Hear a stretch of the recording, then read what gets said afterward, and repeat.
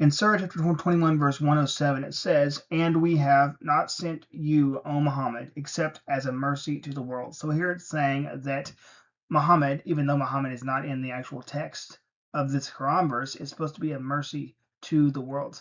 But in light of what the rest of the Quran says, how in the world is Muhammad a mercy to the world? We're going to actually look at this.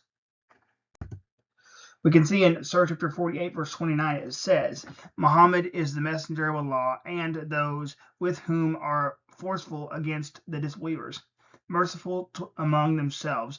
You see them bowing and prostrating, seeking bounty from Allah and pleasure.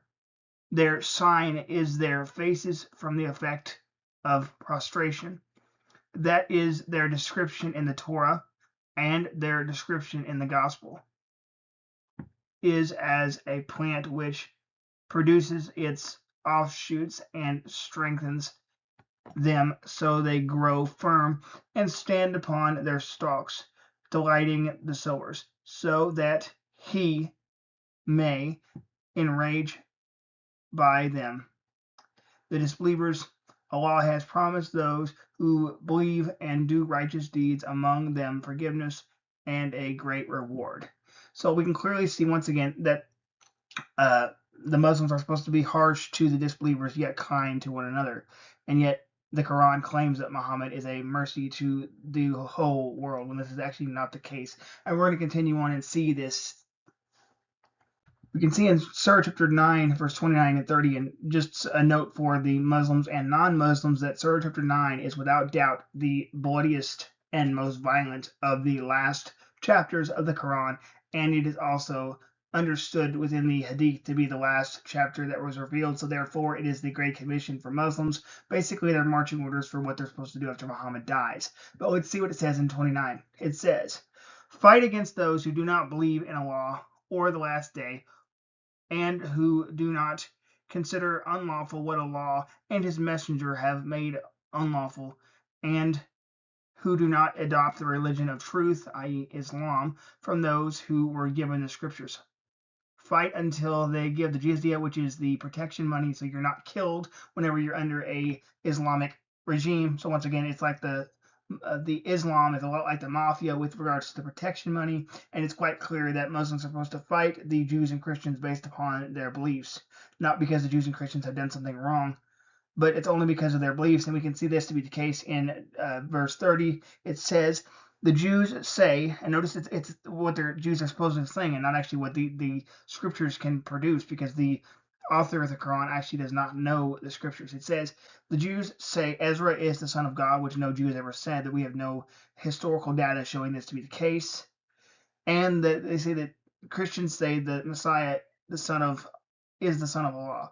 That is their statement from their own mouths. Now, once again, it's quite clear that the Christians do indeed say that Jesus is the Son of God. But once again, as I said, there is no indication that the Jews ever think that Ezra is the Son of God. But let's continue on. It says, "They imitate the sayings of those who disbelieved before them.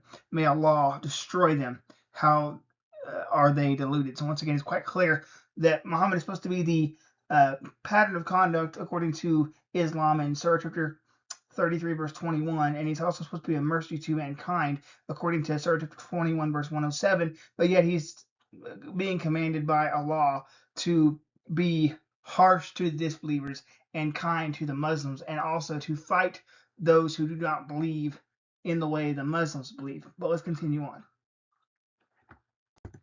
We can see in Sahih Muslim 21a, it says, "It has been reported on the authority of Abu Hurairah, the Messenger of Allah said, I have been commanded to fight against people so long as they do not declare that there is no God but Allah, and that he who professed it was guaranteed the protection of his property and his life on my behalf, except for the right affairs rest with Allah." So what it's saying here is that Muhammad was commanded to fight people until they convert over to Islam, whether it's they're supposed to save their life and their property if they are willing to convert over to Islam. If not, then their property and their lives are all up for grabs, according to the way of the sword, which is what Islam is famous for. It is the way of the sword, meaning that if you do not convert to Islam, you die.